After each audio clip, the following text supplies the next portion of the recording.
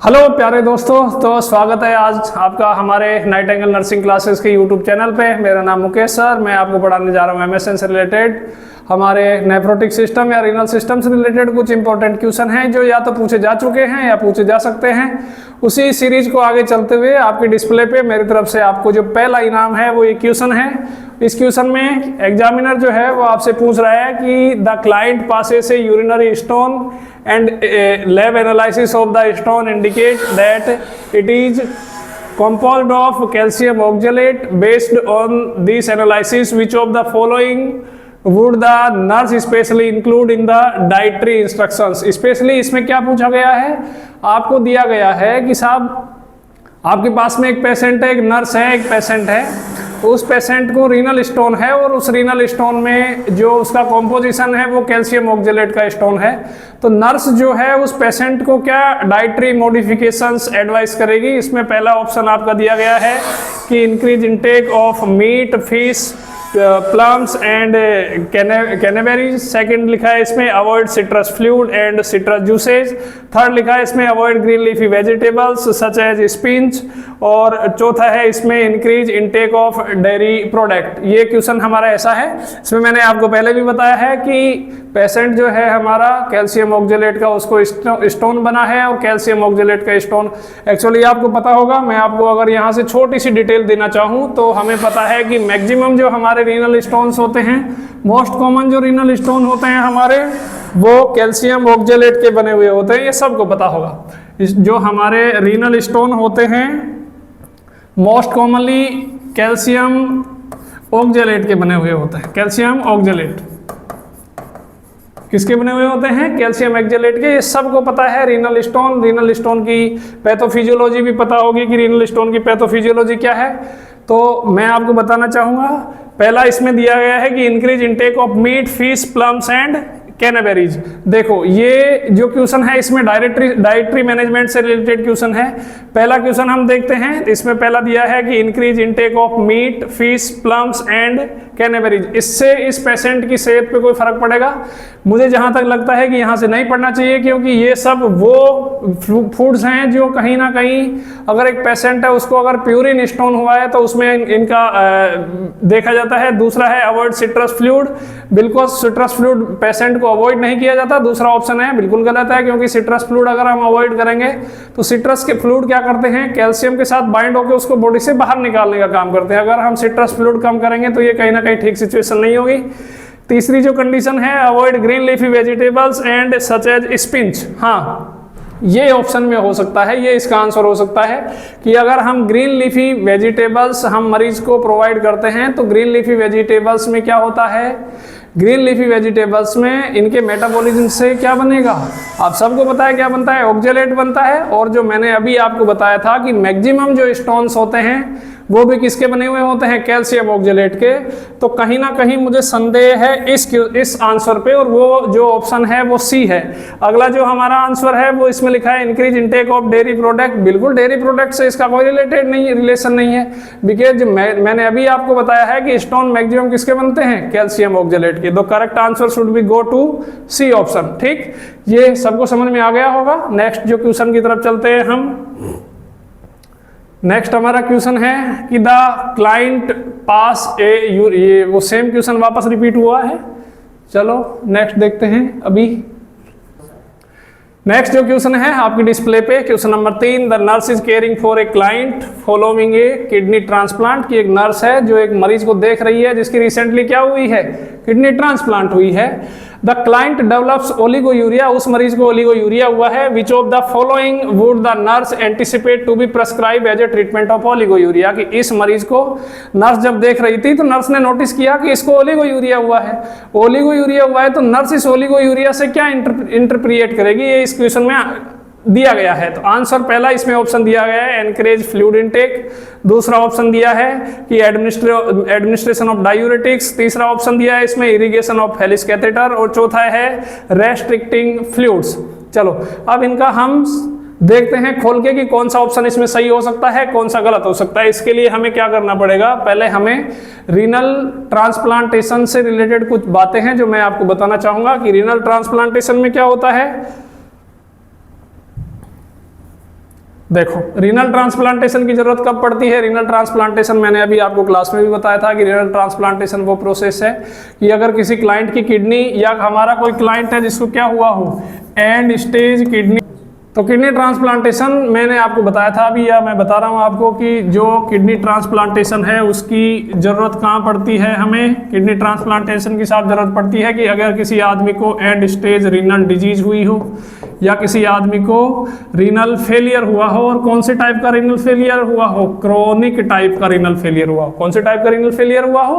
Chronic type का। तो chronic renal failure में हमें एक मैनेजमेंट करना पड़ता है जिसको हम रीनल ट्रांसप्लांटेशन कहते हैं। उन्हीं रीनल ट्रांसप्लांटेशन का एक क्वेश्चन है कि एक मरीज की नर्स केयर कर रही है और उसने देखा कि इस पेशेंट को ओलिगोयूरिया हुआ है। तो रिसेंटली हम देखते हैं कि जब भी किसी पेशेंट की किडनी ट्रांसप्लांट करते हैं तो मैंने आपको क्लास में बताया था कि किडनी ट्रांसप्लांटेशन से मिनिमम 24 आवर्स बिफोर हमें एक पेशेंट का डायलिसिस करना होता है, और डायलिसिस करने के बाद में हम रीनल ट्रांसप्लांटेशन करते हैं। तो रीनल ट्रांसप्लांटेशन के दौरान किडनी क्या होती है? जो नई किडनी होती है ना, वो आपकी मेरी तरह होती है। मतलब वो शुरू में क्या हो जाती है? थोड़ी लेजी हो जाती है। जो लेजी हो जाएगी किडनी तो यूरिन का फॉर्मेशन क्या हो जाता है? कम हो जाएगा, क्योंकि यूरिन का फॉर्मेशन कम हुआ है तो जीएफआर भी कम रही होगी।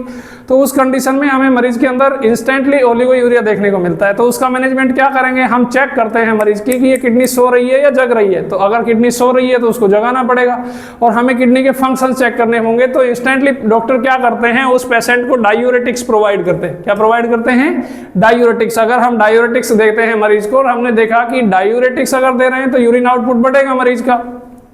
अगर यूरिन आउटपुट बढ़ा है तो इसका मतलब हमारी किडनी नॉर्मली फंक्शन करना स्टार्ट कर देती है। अच्छा, ए ऑप्शन क्यों नहीं है? Encourage fluid intake. एक्चुअली आपको पता होगा कि किडनी फेलियर जो होता है, अक्यूट रीनल ट्रांसप्लांट की अगर मैं बात करूं तो उसमें, या क्रोनिक रीनल ट्रांसप्लांट फेलियर की बात करूं तो उसमें क्या होता है कि किडनी फेलियर में अगर मैं इसमें एनकरेज फ्लूइड इनटेक करता हूं तो ये उसके लिए है कि अगर मान लीजिए किडनी हमारा फ्लूइड नहीं ले रही है या हाइपोवोल्यूमिया है, उस सिचुएशन तो मैं इस ऑप्शन को मान सकता हूं, लेकिन हाइपोवोल्यूमिया जैसी तो कोई सिचुएशन नहीं दी है इसमें।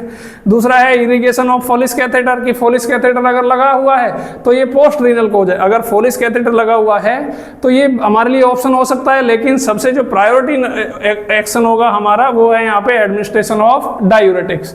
ये हमारा दूसरा क्वेश्चन। नेक्स्ट चलते हैं हम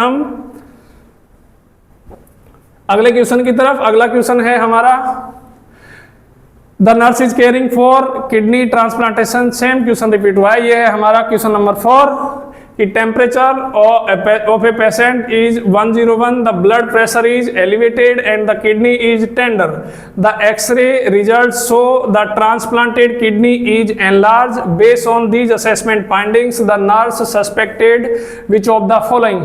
हमें एक हिस्ट्री दी है मरीज की। हिस्ट्री में उसने बताया है हमें एग्जामिनर ने कि एक मरीज है, उसकी बॉडी का टेम्परेचर कितना है? 101 डिग्री फ़ारेनहाइट। दूसरा क्या दिया है इसमें इंटरप्रिटेशन हमें कि उसका ब्लड प्रेशर क्या हुआ है साहब? एलिवेट हुआ है। तीसरा है कि उसकी किडनी जो है, या किडनी की जो साइट है उसमें टेंडरनेस है।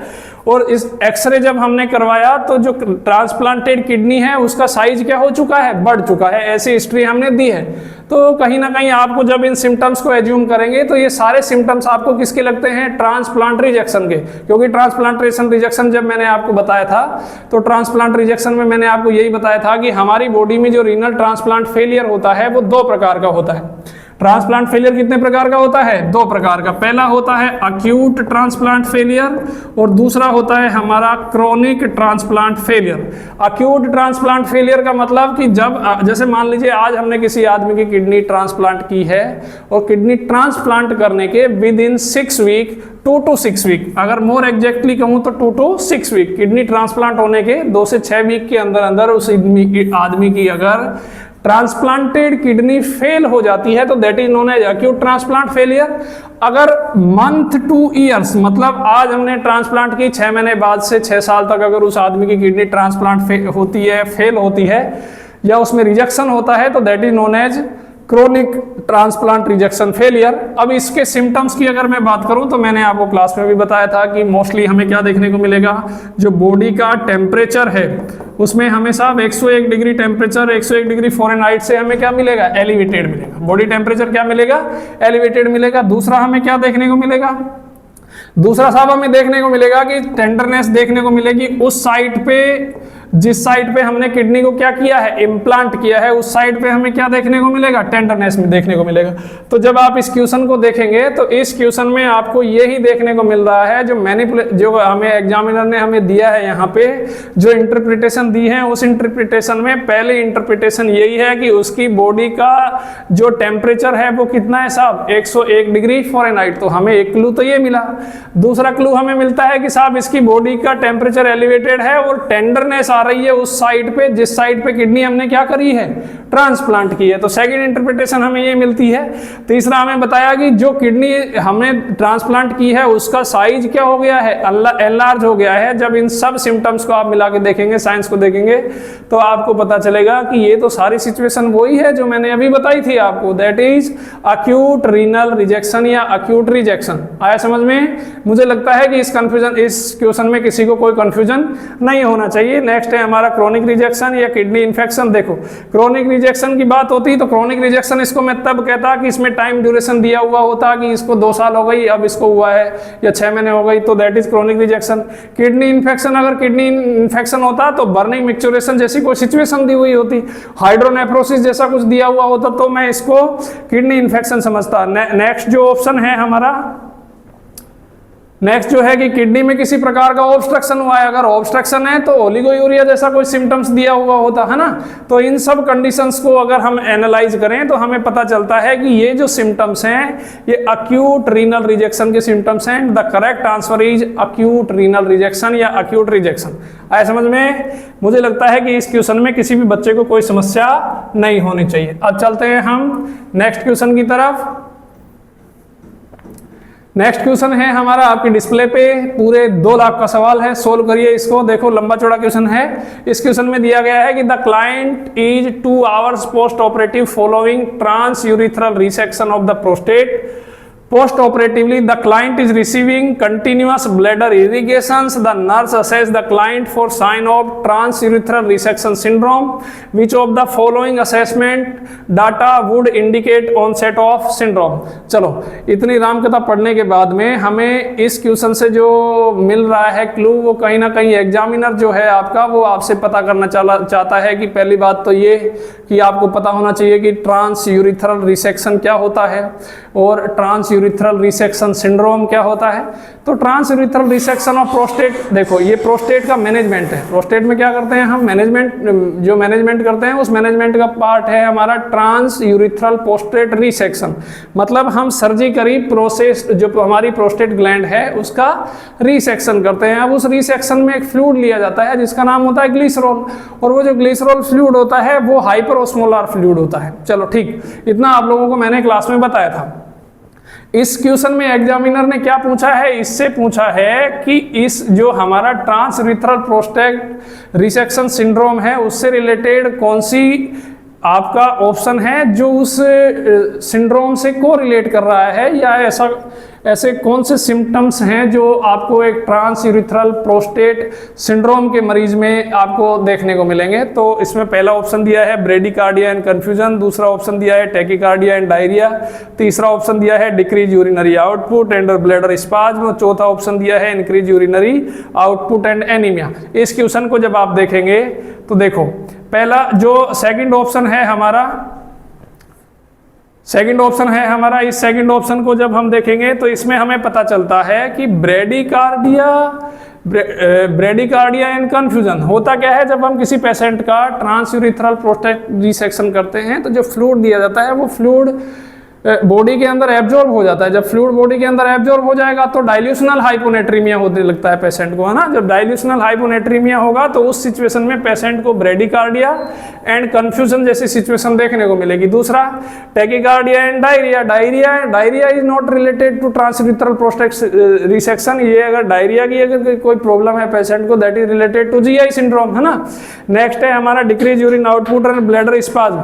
अगर ब्लैडर स्पाज्म आ रहे हैं और यूरिन आउटपुट डिक्रीज है तो ये तो एकदम ऑपोजिट चीजें हो गई कि अगर हम प्रोस्टेट का रिसेक्शन कर रहे हैं तो हमें पता है कि प्रोस्टेट ग्लैंड क्या करती है साहब। प्रोस्टेट ग्लैंड हमें पता होना चाहिए कि प्रोस्टेट ग्लैंड क्या करती है, आप सबको मैंने क्लास में बताया था कि प्रोस्टेट ग्लैंड क्या करती है, कहाँ प्रेजेंट होती है, बेस ऑफ पेनिस प्रेजेंट होती है साहब, बेस ऑफ पेनिस प्रेजेंट होती है। जब प्रोस्टेट ग्लैंड का एनलार्जमेंट होगा तो क्या होगा कि हमारा जो यूरिथ्रा है उस यूरिथ्रा को ये कवर करके रखती है साहब। अब जब ये कवर करके रखती है तो अगर इसका एनलार्जमेंट होगा यूरिथ्रा, हमारे प्रोस्टेट ग्लैंड का जब एनलार्जमेंट होगा तो ये क्या करेगी, हमारा जो यूरिथ्रल जो वे है या पासेज है हमारा यूरिन का, उस पासेज वे को क्या कर देगी, ऑब्स्ट्रक्टेड कर देगी। जब इसको ऑब्स्ट्रक्टेड करेगी तो हमारा यूरिन आउटपुट क्या हो जाएगा, डिक्रीज हो जाएगा, यूरिन आउटपुट डिक्रीज हो जाएगा। या मैं इसको कह सकता हूं कि ऑब्स्ट्रक्शन की वजह से जो प्राइमरी सिम्टम इस मरीज में हमें देखने को मिलता है वो ये मिलता है कि साहब इसका जो फ्लो है यूरिन का, उस फ्लो में आप देखेंगे कि जो उसकी यूरिन की स्ट्रीम है, स्ट्रीम क्या हो जाएगी, उसकी डिक्रीज हो जाएगी। या इसको मैं कह सकता हूँ डिक्रीज फोर्स ऑफ यूरिनेशन, कि जिस प्रेशर के साथ उसको यूरिन आना चाहिए था उस प्रेशर के साथ में नहीं आ रहा है। अब इस क्वेश्चन को जब आप देखेंगे तो इस क्वेश्चन में दिया है कि decrease urinary output and blood spasm की। अगर अब देखो क्वेश्चन की बात जब आप देखेंगे क्वेश्चन को तो उसमें TURP हिस्ट्री दी है मरीज की। जब TURP हिस्ट्री दी है तो इसका मतलब हमने TURP की है तो यूरिन आउटपुट तो हमारा बढ़ना चाहिए।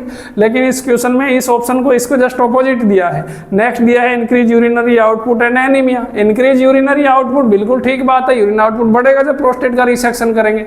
लेकिन जो एनीमिया वाली बात है साहब, एनीमिया की बात तो तब होती है जब पेशेंट के अंदर हिस्ट्री ऑफ या ऐसी कोई हिस्ट्री प्रेजेंट होती है जिसमें अगर पेशेंट को हेमोरेज की कंडीशन दी है या उसको ब्लीडिंग जैसी सिचुएशन दी है, उस कंडीशन में तो हम मान सकते थे कि ये ऑप्शन है। लेकिन द करेक्ट आंसर अगर मेरी तरफ से देखा जाए तो ब्रेडिकार्डिया एंड कंफ्यूजन, ये था आपका क्वेश्चन नंबर 5। चलते हैं इसी ले के साथ में हमारे नेक्स्ट क्वेश्चन की तरफ।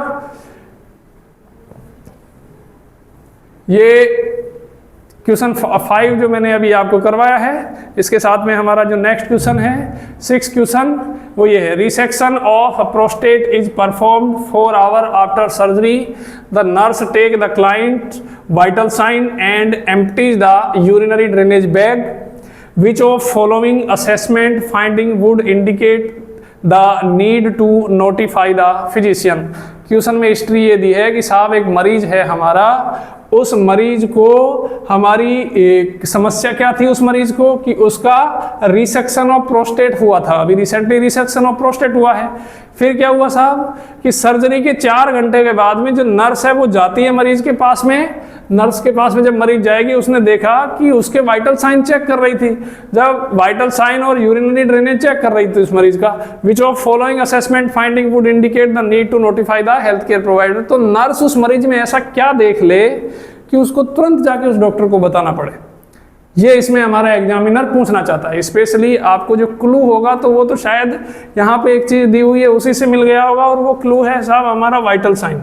वो क्लू है हमारा वाइटल साइन की। जब आप इस क्वेश्चन को देखोगे, देखो नर्स ने क्या पूछा है, वाइटल साइन दिए। VS का मतलब क्या होता है वाइटल साइन, तो पहला दिया है इसमें रेड ब्लडी ड्रेनेज। अगर मैंने आपको जब TURP बताया था तो TURP में मैंने बताया था कि शुरू में जब इंस्टेंटली हम रिसेक्शन करते हैं या ट्रांसयूरिथ्रल रिसेक्शन करते हैं तो रेड ब्लडी जो ड्रेनेज होता है वो नॉर्मल होता है, किसी प्रकार की एबनॉर्मलिटी नहीं है, दैट इज नॉर्मल।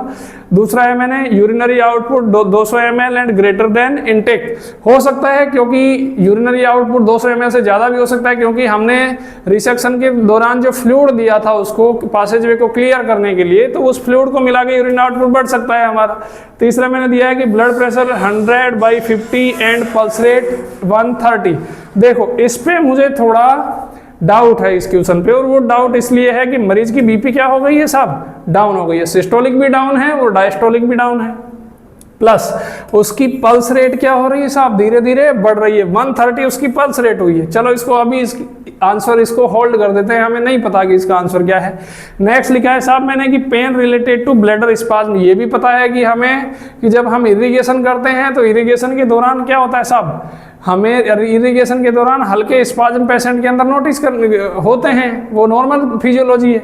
तो the correct answer of this question is C, blood pressure of 100/50 and pulse rate. अगर ऐसा हुआ है तो ये हमें इंडिकेट करता है कि मरीज को कहीं ना कहीं ब्लीडिंग हुई है, उसको किसी प्रकार का हेमरेज हुआ है, और जिसकी वजह से उसकी ब्लीडिंग क्या हो रही है, BP क्या हो रही है, उसकी डाउन हो रही है। तो इस कंडीशन में नर्स देखो अब इस क्वेश्चन को जब आप देखेंगे तो आपको पता चलेगा कि मैंने पहले ही इसको राउंड फिगर में किया था कि vital sign, specially vital sign, और इसमें वाइटल साइन सिर्फ बीपी दी है, बीपी के अलावा सारे क्या है, अलग इंडिकेटर्स है। समझ में आया? तो ये है आपका क्वेश्चन नंबर 6, जिसका करेक्ट आंसर है सी।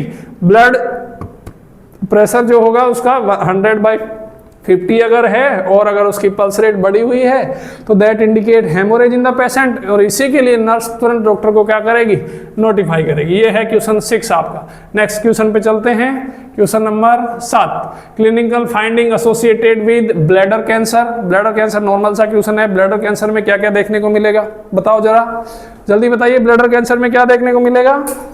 ब्लैडर कैंसर में क्या देखेंगे हम? चलो, ब्लैडर कैंसर में पहला ऑप्शन दिया गया है सुप्राप्यूबिक पेन, दूसरा दिया है डिस्यूरिया, तीसरा है पेनलेस इमेच्यूरिया, और चौथा है यूरिनरी रिटेंशन। तो प्राइमरी सिम्टम्स क्या होता है ब्लैडर कैंसर में? सबको पता है, बच्चे को पता होगा नर्सिंग को, कि पेनलेस ग्रॉस हिमेचूरिया। क्या होता है?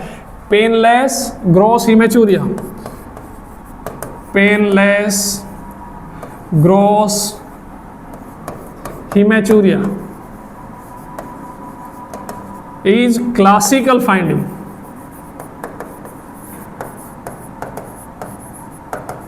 किसकी क्लासिक फाइंडिंग साहब?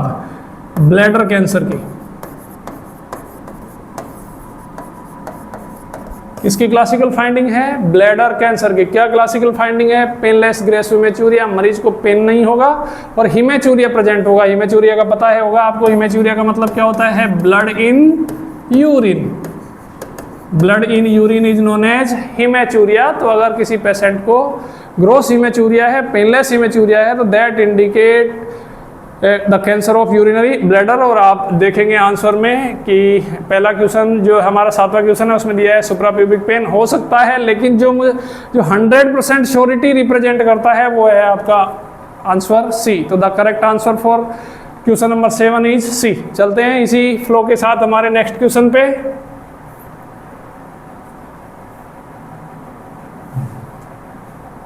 A client who have been diagnosed with bladder cancer is scheduled for an ileal conduit. Preoperatively, the nurse reinforced the client understanding of the surgical procedure by explaining that an ileal conduit। क्या है इसमें इतने लंबे चौड़े शब्दों में जो line लिखी है वो एग्जामिनर ने ये लिखी है कि एक नर्स है, एक क्लाइंट है जिसको क्या हुआ है, ब्लैडर कैंसर हुआ है और उसको इलियल कॉन्ड्यूट करना है। अब ये इलियल कॉन्ड्यूट क्या होता है? इलियल कॉन्ड्यूट की अगर मैं बात करूं आपको, तो इलियल कॉन्ड्यूट में क्या होता है कि साहब जैसे मान लीजिए किसी मरीज को ब्लैडर कैंसर है, किसी मरीज को क्या है, ब्लैडर कैंसर। तो ब्लैडर कैंसर की सिचुएशन में उसकी जो इलियम होती है उसको उसमें अटैच कर दिया जाता है हमारे दोनों यूरेटर्स को। समझ में आया? जो इलियम होती है, इलियम पार्ट जो होता है हमारा, उसको अटैच कर दिया जाता है, उसको अटैच कर दिया जाता है किसके साथ में? इलियम के साथ में। जैसे मान लीजिए ये इलियम का कोई पार्ट है, उसके साथ में जो यूरेटर होते हैं दोनों, उस दोनों यूरेटर्स को क्या कर देते हैं हम? अटैच कर देते हैं। समझ में आया? अटैच करते हैं, क्यों करते हैं? किस पेशेंट के अंदर अटैच किया जाता है कि मान लीजिए किसी पेशेंट को क्या हुआ है, ब्लैडर कैंसर हुआ है। क्या हुआ है? Bladder cancer. ब्लैडर कैंसर के मरीज में यूरिन आउटपुट के फ्लो को नॉर्मल मेंटेन रखने के लिए, या यूरिनरी ब्लैडर में किसी पेशेंट का कैंसर हुआ है तो उसमें यूरिन के फ्लो के लिए हम क्या करते हैं, यूरेटर्स को आर्टिफिशियली कनेक्ट कर देते हैं हमारी इंटेस्टाइन के पार्ट इलियम को, और उसी को क्या कहते हैं हम? इलियल कॉन्ड्यूट बोलते हैं। उसी इलियल कॉन्ड्यूट की सर्जरी दी है यहाँ पे। इस इलियल कॉन्ड्यूट की सर्जरी में अब देखो ये क्या होता है, इलियल कॉन्ड्यूट के बारे में कुछ चीज़ें हैं जो मैं आपको बताना चाहता हूँ। कि पहली बात तो ये पहला ऑप्शन इसमें दिया है कि it is a temporary procedure that can be reverse later, कि ये जो प्रोसेस है ये टेम्परेरी प्रोसेस है और इसको बाद में रिवर्स किया जाता है। बिल्कुल गलत बात है, 100% गलत बात है। छाती ठोक के कहता हूँ कि ये परमानेंट, कैसा प्रोसीजर है? परमानेंट प्रोसीजर है और इरिवर्सिबल प्रोसीजर है। दूसरी बात कि divert urine into the sigmoid colon, बिल्कुल नहीं। सिग्मोइड कोलन मैंने आपको बताया कि इसका नाम ही इलियल कॉन्ड्यूट है, तो शब्दों पे जाओ ना भाई, हम क्यों जाएं सिग्मोइड कोलन पे? तो मैंने अभी आपको बताया है कि इसमें जब नाम में हीलियम है तो हम सिग्मोइड कोलन में कौन जाएं? बिल्कुल गलत ऑप्शन। तीसरा दिया है convey urine from the ureter to stoma opening into the abdomen. बिल्कुल बिल्कुल बिल्कुल। जहां हमने क्या किया था, जहां हमने हीलियम के साथ में हमारे यूरेटर को जोड़ा था, उस यूरेटर के बाहर हम क्या कर देते हैं? स्टोमा क्रिएट कर देते हैं, और उसी स्टोमा के साथ में हम एक ड्रेनेज बैग अटैच कर देते हैं, जिससे जो यूरिन होता है वो कंटिन्यूअस वहां पे क्या होता है? ड्रेन होता है और उस बैग में कलेक्ट होता रहता है। तो मेरा जो आंसर है बिल्कुल तीसरा है। और चौथा, अभी तक जो मेरा आंसर है वो यहाँ पर जा रहा है कि साहब मैं तीसरे आंसर तक हूँ। और इसके अलावा जो डी ऑप्शन है, create an opening in the bladder that allow urine to drain into, देखो ये क्वेश्चन यही गलत हो गया कि ब्लैडर में ओपनिंग थोड़ी क्रिएट कर रहे हैं। ओपनिंग कहाँ क्रिएट कर रहे हैं हम? ओपनिंग तो साहब हम क्रिएट कर रहे हैं कहाँ, किसमें? हीलियम में। तो the correct answer is C. आया समझ में? चलो चलते हैं इसी फ्लो के साथ में हमारे नेक्स्ट क्वेश्चन पे। और नेक्स्ट क्वेश्चन इज, हाँ ये क्वेश्चन तो हो गया है, ये पता नहीं आपका जो बोर्ड है वो क्या चाहता है, मेरे से रिपीट क्यों करवा रहा है question. After surgery for an ileal conduit the nurse should closely evaluate the client for occurrence of which of following complication related to pelvic surgery. अच्छा, इस क्वेश्चन में ये दिया गया है कि साहब किसी मरीज को हमने इलियल कॉन्ड्यूट किया गया है। अब इलियल कॉन्ड्यूट करने के बाद में मरीज को कौन सी कॉम्प्लिकेशन हो सकती है रिलेटेड टू पेल्विक सर्जरी। तो ये क्वेश्चन तो बहुत बच्चों जैसा क्वेश्चन है भाई। हमें पता है कि पेल्विक सर्जरी की क्या कॉम्प्लिकेशन होती है, सबको पता है पेल्विक सर्जरी की कॉम्प्लिकेशन क्या क्या हो सकती है साहब। थ्रोम्बोफ्लेबाइटिस हो सकता है, क्या हो सकता है? थ्रोम्बोफ्लेबाइटिस।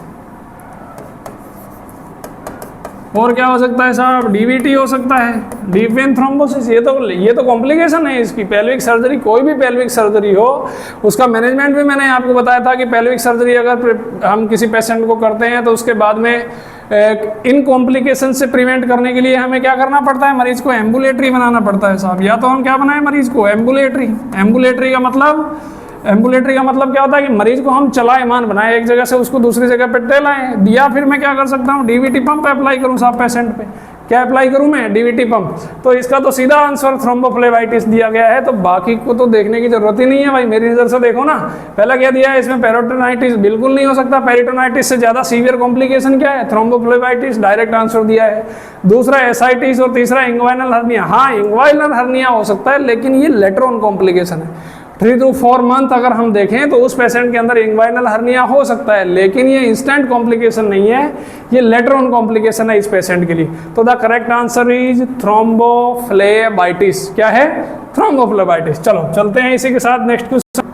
आज की क्लास के लिए हमारा लास्ट क्वेश्चन जो है, the nurse is assessing the urine of a client who has had ileal conduit and note that the urine is yellow with moderate amount of mucus.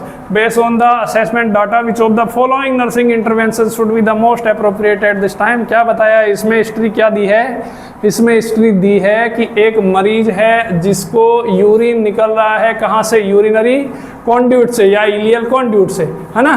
Ileal conduit से क्या निकल रहा है उसको? 1 मिनट भाई साहब, गलती होगी, रुकना 1 मिनट। ये हमारा 9 और ये हमारा 10।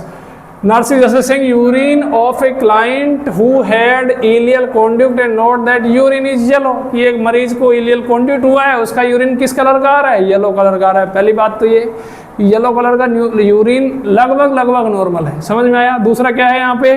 मॉडरेट अमाउंट ऑफ म्यूकस, कि यूरिन के साथ में कुछ मात्रा में क्या हो रहा है? म्यूकस आ रहा है। Based on the assessment data which of following nursing intervention would be most appropriate for this time, कि इस असेसमेंट डाटा के आधार पे वर्तमान में कौन सी नर्सिंग इंटरवेंशन है जो बेस्ट हो सकती है इस मरीज के लिए या मोस्ट अप्रोप्रिएट हो सकती है इस पेशेंट के लिए। तो पहली बात तो ये कि इलियल कॉन्ड्यूट जब हम करते हैं तो मैंने आपको बताया था इलियल कॉन्ड्यूट में कि इलियम के साथ में किसको जोड़ा जाता है? यूरेटर्स को जोड़ा जाता है। अब इलियम में म्यूकस सेल्स भी प्रेजेंट होती हैं और वो म्यूकस सेल्स क्या करती हैं? म्यूकस का रिलीज करती हैं।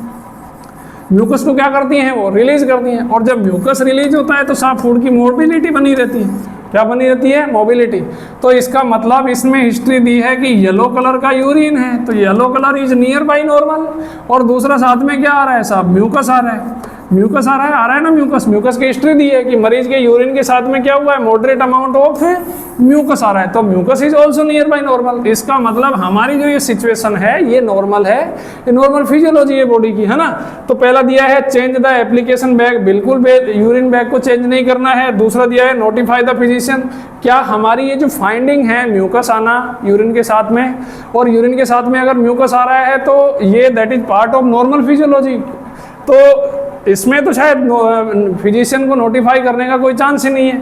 तीसरा है obtain a urine specimen for culture, अगर यहाँ पे किसी प्रकार का इन्फेक्शन का साइन होता कि मरीज को इन्फेक्शन हुआ है साहब, पस आ रहा है वहाँ पे, या वहाँ की जो म्यूकोसा है जो हमारा कॉन्ड्यूट बनाया है, जहाँ पे हमने पाउच बनाया है, वहाँ पे रेडनेस और एक्सेसिव रेडनेस आ रही है, वहाँ का टेम्परेचर ज़्यादा है, तो it will indicate infection.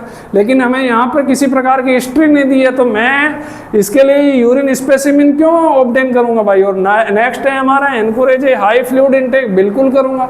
High fluid intake करूँगा तो फिल्ट्रेशन बढ़ेगा तो यूरिन आउटपुट बढ़ेगा, तो इसकी वजह से जो येलो कलर डिपोजिट हो रहा है यूरिन का, हो सकता है इट में डिक्रीज। इसके बाद में अगर फर्दर कोई कॉम्प्लिकेशन होती है तो then I will notify the physician. ये थे आज के हमारे क्वेश्चन सेशन के 10 क्वेश्चन।